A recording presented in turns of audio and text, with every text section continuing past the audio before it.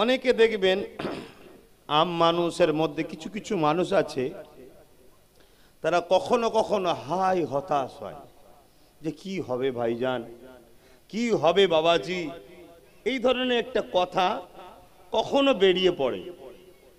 তাই আমি সেই কথাটাকে সামনে রেখে, মা বা ভাই বোন, আপনারা আমাদের পরিবার, আপনারা আমাদের পরিবার, তাই আপনাদেরকে বুঝাচ্ছি,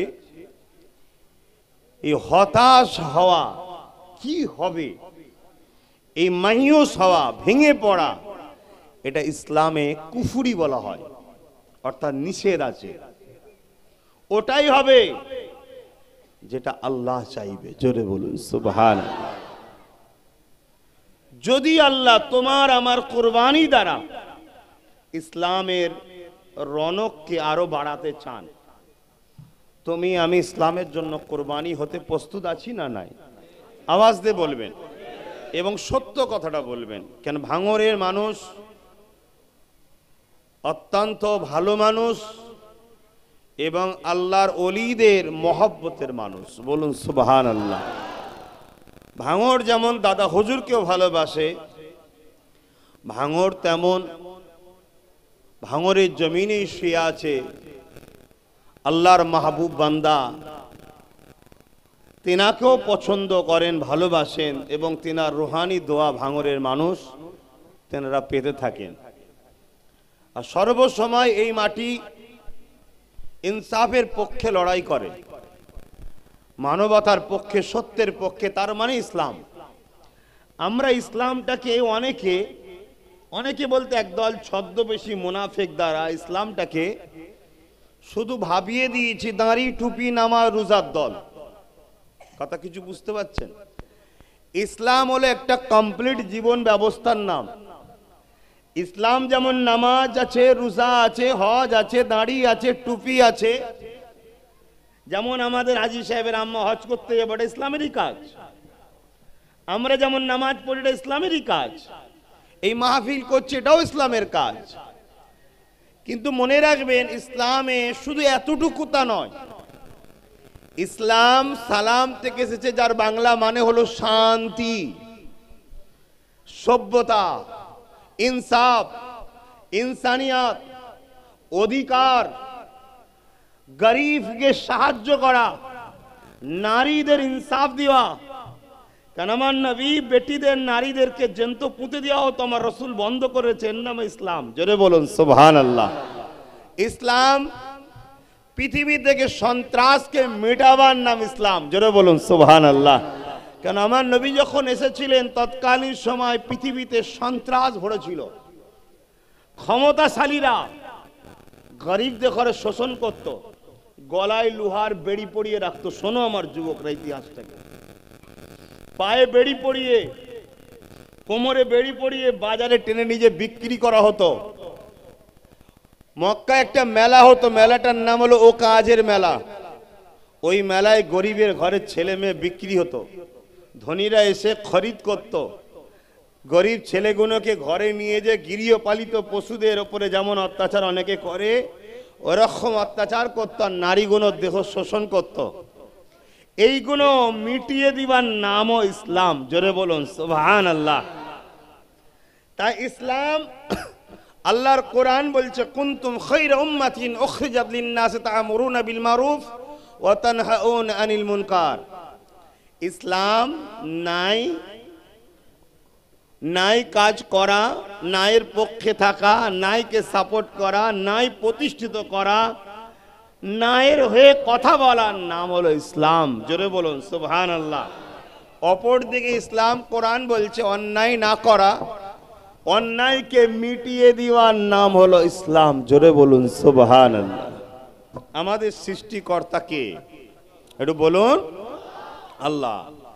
তিনি আমাদেরকে দুনিয়ায় পাঠিয়েছে, কত সুন্দর করে সৃষ্টি করেছেন, চোখ, হাত, কান, পা দিয়ে আমাদেরকে দুনিয়ায় পাঠিয়েছে কিছুদিনের জন্য পরীক্ষা নিতে, টেস্ট করতে। টেস্টটা কেমন?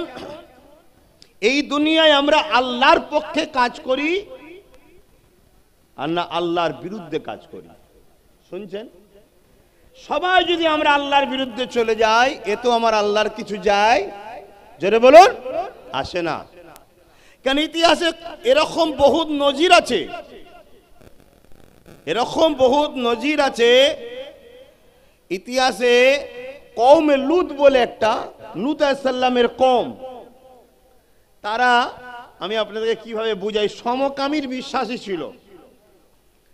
এত অত্যাচার করেছিল জমিনের উপরে। নবী লুত আলাইহিস সালাম তাদেরকে বুঝিয়েছিল যে তোমাদেরকে আল্লাহ পাঠিয়েছে দুনিয়ায় পরীক্ষা নিতে, আর তোমরা সেই আল্লাহর বিরোধী করছো, অন্যায় করছো, পাপ করছো, আল্লাহ যেটা অপছন্দ করে সেটা করছো, আল্লাহর আযাব আসবে। তারা বড় অহংকারের সাথে বলেছিল তোমার আল্লাহর আযাবকে আমরা রুখে দেব। শুনছেন তো? আমার আল্লাহ ওই লূত আলাইহিস সালামের কওমকে আসমান থেকে পাথর নিক্ষেপ করেছিল। তাদেরকে সেই পাথর নিক্ষেপ করে তাদেরকে শেষ করে দিয়েছিল। এমনকি লূত আলাইহিস সালামের স্ত্রী, তিনি একজন নবী ছিলেন, তিনার স্ত্রীও ছিল ভেতরে ভেতরে ওই বদমাই শয়তানদের দিকে, তাকে আল্লাহ পাথর বানিয়ে দিয়েছিল। সেই হালে এখনো সেইভাবে দাঁড়িয়ে আছে। বলুন আল্লাহু আকবার। এর মানে হলো আল্লাহ তিনি যিনি সব থেকে মহান। হযরতে সামুদ আলাইহিস সালাম তিনি তিনার কওমকে বুঝিয়েছিল। তখন সামুদ আলাইহিস সালামের কওম অহংকার করে বলেছিল সেই লূতের উপরে, নূহ আলাইহিস সালামের উপরে, তার কওমের উপরে যে অত্যাচার এসেছিল, ওই অত্যাচার তো যত অত্যাচারী আসুক আমাদের কিছু করতে পারবে না। কেন তারা এত শক্তিশালী ছিল, বড় বড় পাহাড়কে কেটে ঘর করে তার মধ্যে থাকতো। তাহলে কত ক্ষমতাশালী বুঝতে পারছেন? আর সেসবগুলোকে রিসার্চ করে আজকের বড় বড় ইঞ্জিনিয়াররা বলছে এত সুন্দর কারিকার্য করে পাথর কেটে পাহাড়ের ভেতরে ঘর তৈরি করা, এটা আজকের বিজ্ঞানও পাচ্ছে না। তাহলে কত শক্তিশালী, কত উন্নত তারা ছিল। কিন্তু আল্লাহ পাক একটা আওয়াজ দিলেন, আওয়াজ, যে আওয়াজে যেখানে যেখানে তারা লুকিয়ে ছিল সেই আওয়াজ তাদেরকে যে অ্যাটাক করলো, তারা সেই আওয়াজের কম্পনে, আওয়াজের চোটে তারা সব সে জায়গায় মারা গেল। শুনছেন ভাই? তাহলে ইতিহাস আমাদেরকে প্রমাণ দিয়েছে যুগে যুগে একদল জালিমরা জুলুম করেছে, আল্লাহ তাদেরকে আযাব গজব দিয়ে ধ্বংস করে দিয়েছে। আমাদেরকেও আল্লাহ পাঠিয়েছে উম্মতে মুহাম্মাদি করে। আমাদের উপরে আল্লাহ স্পেশাল ইহসান করছে কি, আমরা যত বড়ই জুলুম করি আল্লাহ আমাদেরকে দুনিয়ায় একভাবে, একত্রিতভাবে সবাইকে আযাব দিয়ে মেরে দিচ্ছে না, কিন্তু আমাদেরও শাস্তি হাতে নাতে হচ্ছে। কিন্তু মেন আমাদের যারা অন্যায় করবে, আল্লাহর পরীক্ষায় যারা ফেল করবে, তাদের জন্য একটা বিচারের দিন আল্লাহ নির্দিষ্ট রেখেছে, ময়দানে মাহশর। তাহলে আমাদেরকে আল্লাহ পাঠিয়েছে কি জন্যে? তিনার হুকুম, তিনার রাস্তা, তিনার খুশি করার জন্য, অর্থাৎ ইসলামী জিন্দেগি কাটানো, মুহাম্মদ রাসূলের সুন্নতে জিন্দেগি কাটানো, মুহাম্মদ রাসূলের আদর্শে আদর্শিত হওয়া। শুধু মুখে দাবি করলে হয় না, বাস্তবে বলতে হবে। তবে অনেক কিছু পাপ আছে, তার মধ্যে কয়েকটা পাপ আছে যে পাপগুলো কখনো মাফ আল্লাহ করে না। তার মধ্যে একটা হলো শিরক, আর একটা হলো জুলুম। জুলুমকারীকে আল্লাহ কখনো ছাড়ে না, তার বিচার হবেই। কথা বুঝে আসছে? এবার টাইমটা কি? আমার থেকে বেশি ভালো যিনি আযাব দেবে, যিনি শাস্তি দেবে, তিনি জানেন না, জানেন না। অতএব তার উপর ধৈর্য রাখতে হবে, এটা হচ্ছে হাকিকাত। আজকে মিডিয়া খুললে, ফেসবুক খুললে, ইউটিউব খুললে একটাই জিনিস দেখা যাচ্ছে, বিশ্বজুড়ে মুসলমান লাঞ্ছিত, অপমানিত, পদদলিত, বেইজ্জতি হচ্ছে না, হয়নি? আবার একটা জিনিস দেখা যাচ্ছে কি, এই মুসলমানদের মধ্যে একদল মুসলমান যারা মুসলমানকে বেইজ্জতি করছে, লুটছে, মারছে, হত্যা করছে, তাদের সঙ্গে বিভিন্ন পার্টিতে নাচছে, ভালো মন্দ খেয়ে ফুর্তি করছে। পাওয়া যাচ্ছে না, যায় না। আজকে দেখুন, আমরা মিডিয়া খুললেই দেখছি কি প্যালেস্টাইনের ওপরে বড় বড় বোম চার্জ করে নিরীহ বাচ্চা, নিরীহ মানুষগুলোকে হত্যা করছে না, করে না? দেখছেন না, দেখেন না? যারা করছে, আবার অপর দিকে দেখুন তাদের সঙ্গে বিভিন্ন আরব দুনিয়ার রাজা মহারাজারা বড় বড় পার্টিতে নাচছে। এটা দেখছেন না, দেখেন না? বলুন বলুন। তাহলে আমাদের সামনে দুটো দিক আছে, একটা হলো মুনাফিক আর একটা হলো প্রকাশ্য দুশমন। প্রকাশ্য দুশমন আমাদেরকে মারার তখন সাহস পায় যখন মুনাফিক প্রকাশ্য দুশমনকে রাস্তা করে দেয়। আমার কথা বুঝতে পারছেন তো আপনারা? এটা একটু বুঝুন। প্রকাশ্য দুশমন যখন রাস্তা মারার সাহস পায় যখন মুনাফিক তাকে রাস্তা করে দেয়। মুনাফিককে হুবাহুব দেখতে মুসলমান লাগে, মুনাফিককে হুবাহুব দেখতে মনে হয় নবীর উম্মত, মুনাফিককে দেখলে মনে হয় হুবাহুব ইসলামেরই অনুসারী। কিন্তু দেখুন, যারা আমার নিরীহ ভাইগুলোকে মারছে, নিরীহ ভাইদের পক্ষে তো দাঁড়ালো না, তাদের হয়ে কোনো কথা বললো না, উপরন্ত সেই মুনাফিকগুলো কেলে বড় বড় পার্টি দিয়ে আনন্দ ফুর্তি করে খাচ্ছে। ঠিক না বেঠিক? এটা দেখা যাচ্ছে না, যায় না? এটা হচ্ছে ন্যাশনাল লেভেলে হচ্ছে, ইন্টারন্যাশনাল লেভেলে হচ্ছে। এই যে হাজার হাজার মা ঘর বাড়ি ছাড়া, হাজার হাজার বাচ্চা লাশ দেখছি আমরা, দেখছেন না, দেখেন না? এগুলো দেখে কি আপনারা ভেঙে পড়ছেন, ঘাবড়ে যাচ্ছেন? এটা কি নতুন জিনিস? কথা বলুন না। ইতিহাস বলছে, আমার আল্লাহ সূরা বাকারার মধ্যে বলছে, আমি আমার ভালোবাসার মানুষদের করে পরীক্ষা লব বিভিন্ন ভাবে। যেমন গরিব করে পরীক্ষা লব, কাউকে ক্ষমতায় আসনে বসে পরীক্ষা লব, কাউকে আবার জালিম স্বৈরাচারী শাসকের আন্ডারে রেখেও পরীক্ষা লব। তারা আমার ওপরে কতটা আস্থা রাখে। কেন, জিন্দেগি তো আর তাদের নয়। আমার আপনার জিন্দেগিটা কি আমার আপনার নাকি? বলুন বলুন। এ তো আল্লাহ দান করেছে। তারা আমার খুশির জন্য জালিমের মোকাবিলায় দাঁড়িয়ে কতটা অটুট হয়ে থাকতে পারে, এটা আমরা দেখব। এই যে আজকে বাচ্চাদের উপরে জুলুম, এই যে আজকে নিরীহ নিরীহ মানুষগুলোকে বোম মেরে শেষ করে দেওয়া হচ্ছে, এটা শুধু আজকে নতুন নয়, এর পূর্বে অনেক ঘটনা ঘটেছে। যেমন খেয়াল করে দেখুন, আমাদের দিলটা অনেক কষ্ট পায় বাচ্চাগুলোকে দেখে, তাই না? কি হ্যাঁ কি না বলুন না? কষ্ট পাচ্ছে, হারে বাচ্চাগুলো কি করেছে। না, এটাই তো ইমানের পরীক্ষা। আমার আপনার যদি দরদ হয়, যে আল্লাহ সৃষ্টি করেছে তেনার কি দরদ হচ্ছে না? বলুন বলুন বলুন। তারপরও তিনি খামোশ কেন? এটাই তো পরীক্ষা, এটাই তো পরীক্ষা মাকে, এটাই তো পরীক্ষা তোমার আমার, এটাই তো পরীক্ষা বিশ্বের যত মুসলিম রাষ্ট্র নায়ক রয়েছে তাদেরও। তারা ক্ষমতার আসনে বসে কি অসহায়দের জন্য করছে, এটাও পরীক্ষা। আর আমি এখান থেকে ওই অসহায় মানুষগুলোর মৃত্যু দেখে আমার দিলটা কাঁদছে কিনা, এটা একটা ছোট্ট পরীক্ষা। আমি আমার দিল থেকে যদি আমার কষ্ট ব্যথা লাগে, জানতে হবে আমার মধ্যে ঈমান আছে, তাই দয়া লেগেছে। জোরে বলুন সুবহানাল্লাহ। কিন্তু এটা নতুন নয়। নিশ্চয়ই আপনারা নাম শুনেছেন ফেরাউন, শুনেছেন না?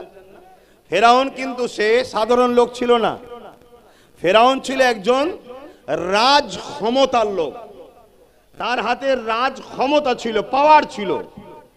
সে কি করেছিল? ক্ষমতার জোরে মানুষকে তার গোলাম বানিয়েছিল। এক কথায় বুঝতে পারবেন, তার উপরে কথা বলার কোনো রাস্তা নাই। তার ফোর্স রয়েছে, তার মিলিটারি রয়েছে, তার পুলিশ বাহিনী রয়েছে। আপনারা যে ভাষাগুলো বুঝবেন সেই ভাষাই বলছি। সেই ক্ষমতা দিয়ে ফেরাউন মানুষকে নিজের গোলাম বানিয়েছিল, কৃত দাস দাসী বানিয়েছিল। মানুষের উপরে জুলুম করত, অত্যাচার করত। মানুষ যদি একটু কেউ ভালো মতো কিছু করত, সঙ্গে সঙ্গে তার উপরে নতুন করে কর চাপিয়ে দিয়ে সেগুলোকে লুটে নিত। সবসময় গরিব বানিয়ে রাখতো মানুষকে। সোজা হয়ে দাঁড়াতে দিত না, মেরুদণ্ড ভেঙে দিত, যাতে করে আমার বিরুদ্ধে কেউ কথা না তোলে। শুনছেন? আর আমি যতটুকু ভিক্ষা দেবো ততটুকু এরা খাবে। আর দিনের শেষে ফেরাউন নিজের একটা করে ছবি পাঠালো বাড়ি বাড়ি। আমি কোরআন বলছি, শুনছেন তো? আমার আল্লাহ আমার নবীকেই অকেয়া শুনিয়েছে, এই ঘটনা শুনিয়েছে। আমি আপনাকে শোনাচ্ছি সেই আল্লাহর কথাটাকে। বাড়ি বাড়ি ফটো পাঠিয়ে দিয়ে বললো যে এটাই হলো তোমাদের মালিক, তোমাদের রব, তোমাদের আল্লাহ, এটাকে তোমরা মানো। যারা দৈনিক কোন রকম ভাবে ফেরাউনের দয়া একটু খেতে পায়, তারা চিন্তা করে দেখলো আমি তো কমজোর, আমি তো ফেরাউনের বিরুদ্ধে লড়াই করতে পারবো না, আর যদি আমি না মানি খাবারটা পাবো না, জানটা চলে যাব। এই মেন্টালিটির মানুষরা ফেরাউনকে খোদা বলে মেনে নিল। আর এই গরিবদের মধ্যে আবার এক শ্রেণীর মানুষ বলল, আরে মরে যাব তবুও ভালো, আমার সৃষ্টিকর্তা আল্লাহর সঙ্গে ধোঁকা দেবো না, তিনি আমার মালিক। জোরে বলুন সুবহানাল্লাহ। দুটো জিনিস হয়ে গেল, দুটো রাস্তা তৈরি হয়ে গেল। ফেরাউন দেখলো আমার রাস্তার কাঁটা, কিছু লোক হয়ে দাঁড়ালো। শুনছেন তো? ফেরাউন তখন তার ক্ষমতা প্রয়োগ করে ওই যারা ফেরাউনকে খোদা বলে মানলো না তাদের বিরুদ্ধে ফোর্স চালালো, জুলুম করতে লাগলো, তাদেরকে জেলে ভরতে লাগলো, তাদেরকে হত্যা করতে লাগলো, এবং হত্যাটা জনসম্মুখী করতে লাগলো, জুলুমটা লোকের সামনে করতে লাগলো, যাতে করে দেখে মানুষ ভয়ে আর কেউ না আওয়াজ, শুনছেন, তুলতে না পারে। বাবা দরকার নেই, ফেরাউনের বিরুদ্ধে কথা বলবো না, দেখলি ও বলেছিল ওকে কি মার মারলো, বলেছিল বলে দেখলি ওর ঘর বাড়ি সব ভেঙে ফেললো, বলেছিল বলে দেখলি ওকে নিয়ে যে গরম বালিতে শুইয়ে বুকে ভারী পাথর চাপিয়ে দিল। এই ভয়টা তাদের মাথায় ঢুকাতে চাইলো। শুনছেন? কিন্তু আল্লাহ তার কুদরতকে বোঝে। এই জমিনের উপরে সব সময় একদল লোককে আল্লাহ রেখে দিয়েছে, এত জুলুম দেখার পরেও তারা অন্যায়ের মোকাবেলা করছে, করে যাবে। জোরে বলুন সুবহানাল্লাহ, আরো জোরে বলুন। যাদেরকে আল্লাহ নিজেই সিলেক্টেড করেছে, যেগুলো আমার জান্নাতের স্পেশাল বান্দা। শুনছেন ভাই? আপনি দেখে ভাবতে পারবেন না এই ছেলেটা আল্লাহর প্রিয়। আপনার চোখের সামনে দেখবেন একজন নামাজি, মুসল্লি, দাড়িওয়ালা, টুপিওয়ালা, মুফতি, মৌলানা, ভালো ঘরের ছেলে, সে দেখবেন ফেরাউনের সঙ্গে একসাথে বসে খানা খাচ্ছে। আর একটা সাধারণ খেটে খাওয়া গরিব ঘরের ছেলে, হয়তো তার মধ্যে অত ধর্মের জ্ঞানও নেই, কিন্তু সে সব সময় দেখুন অন্যায়ের বিরুদ্ধে দাঁড়িয়ে যাচ্ছে। আল্লাহ তাকে পছন্দ করেছে। জোরে বলুন সুবহানাল্লাহ। এইটা দেখে ফেরাউন তার যত ক্ষমতা আছে সব ক্ষমতা প্রয়োগ করে। তখন এই মজলুমগুলো আল্লাহর কাছে সাহায্য চাই, আল্লাহ এমন একজন কাউকে দেন যার বরকতে, খুব ভালো করে বুঝবেন, যার বরকতে আল্লাহ আমরা যেন কামিয়াবি পাই, একদিন ফতে হয়, এই জুলুম থেকে আমরা চিরতরে যেন একদিন রেহাই পাই, এমন একটা কাউকে আমাদের মাঝে পাঠান। জোরে বলুন সুবহানাল্লাহ। মুসলিমের দোয়া কবুল হলো। আল্লাহ পাঠাচ্ছেন কাকে? মুসা আলাইহিস সালামকে আল্লাহ পাঠাচ্ছে। মুসা নবী দুনিয়ায় আসছে। এই খবরটা